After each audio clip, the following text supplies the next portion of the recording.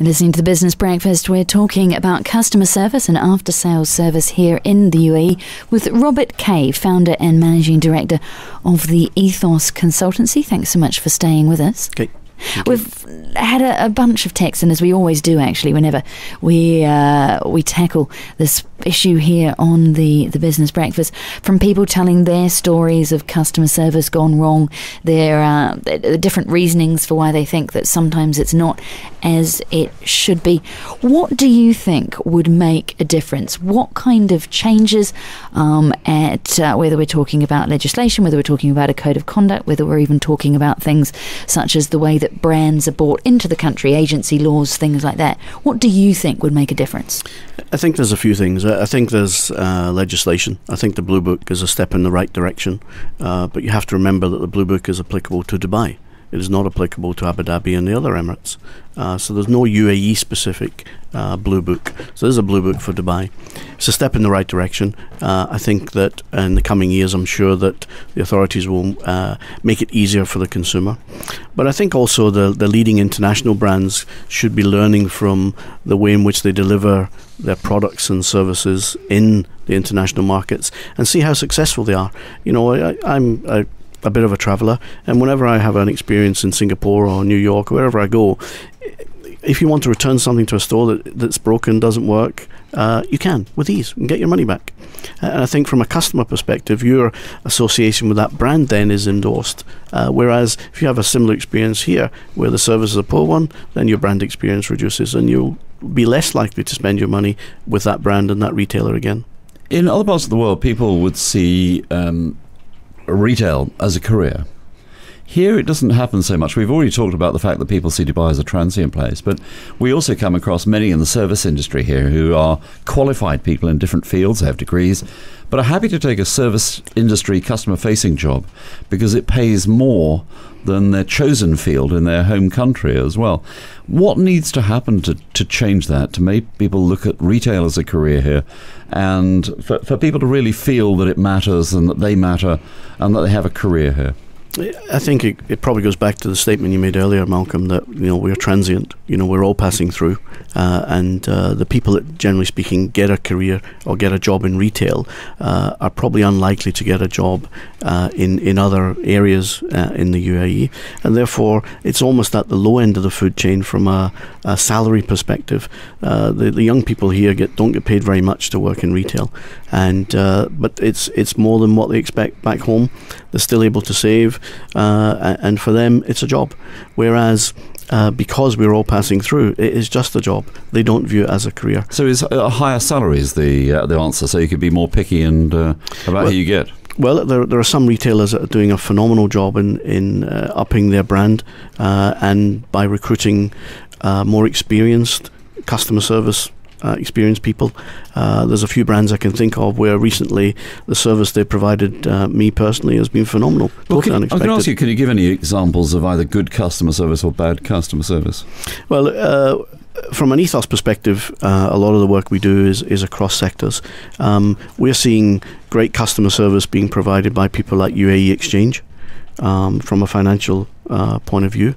From a technology point of view, I don't think you can go any further than the Bose brand in terms of the experience you get as a customer, the delivery of the products to your home, even to the way in which they unpack the boxes. They've been exceptionally trained to realise that the customer pays their salary. So not higher salaries so much as more training? Yes, indeed. The training is the biggest weakness area in the country.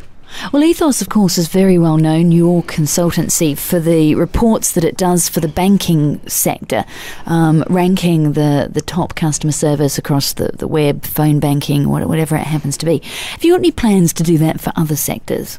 We already do it for retail. And we publish the information in a different way, but we measure it by different sectors. So we do a cross retail benchmarking measurement, and then we put it into sort of gold and diamond, into fashion and so on. When you say you publish it in a different way, I mean the banking results that you do, the banking awards that you do are very high profile. Where does the retail get published? I'll have to be honest and tell you that the retailers are less interested in knowing how they compare to their competitors, whereas the banks are very interested. There's no surprise, I guess, considering what we've just been talking about, really. And we've been doing that for several years now, and the lack of interest is astonishing. Does that mean that less of them take part? How does that come out? I think from a retailer perspective, they're looking at their sales position. They're looking at what their revenues are rather than what their customer service opportunities are. So they're not taking part in your survey? They don't have a choice. We include them, but even when we present them with the results, they're basically less interested in what it means for them. Well, I know that you are off to Asia and the Antipodes in the next few weeks, because you are going to be taking what you're doing with Ethos into new markets in different ways. What are you up to? Well, we've got a couple of things, Brandy. My vision when I came here was to become the leading customer service consultancy firm in the region. We've achieved that. We are, without any shadow of a doubt, the leading firm. A couple of years ago, I started a transformation plan to transform us into a global entity. We've already got partners selling our solutions globally, and in the space of the next 8 weeks, we have 2 major global solutions that we're launching. We're starting off down in Australia, working way back to Singapore, India, back to here, so that by early April we'll have launched in 10 countries. Will this be the same model you're using here for the banking survey? Very similar, but more use of technology rather than people. And we've also launched a customer service standard, which we launched in the UK several years ago. That's now creating a huge amount of interest around the world, and we're launching that in Australia also. Although you disseminate your retail survey differently to the banking survey, in the current retail survey, who are at the top? Which companies? The gold and diamond retailers are by far the best at customer service by a long way. I think the last year's survey, Pure Gold, was by far the best retailer. What about the sort of big shops that we would go into? Do you mean the?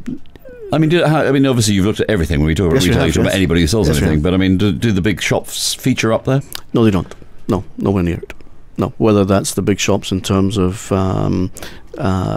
the food big stores, or whether it's the retailer big stores, none of them do. Your customer service standard that you said is doing very well in the UK. Am I right in thinking that that's not here yet? It is here, actually. And in fact, this week there's a ceremony with UA Exchange. They've recently achieved the customer service standard.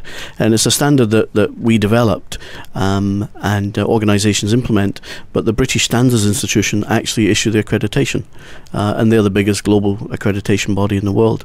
So they actually go in and look at an organisation and look at how it's delivering its customer service across all aspects of its channels and measures them against the standard and gives them a score.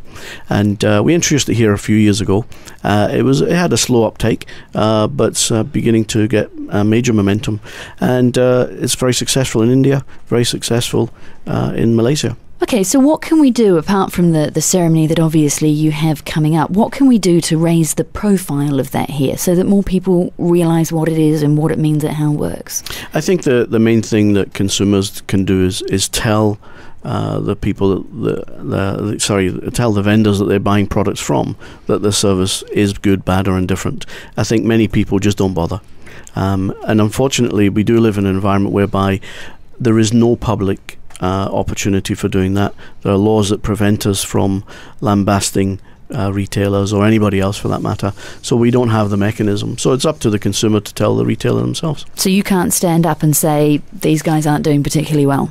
No, we can't, unless I fancy a couple of years in prison. Robert Keay, founder and managing director of the Ethos Consultancy, thank you very much for joining us on the show this morning. That's a pleasure. Thank you very much.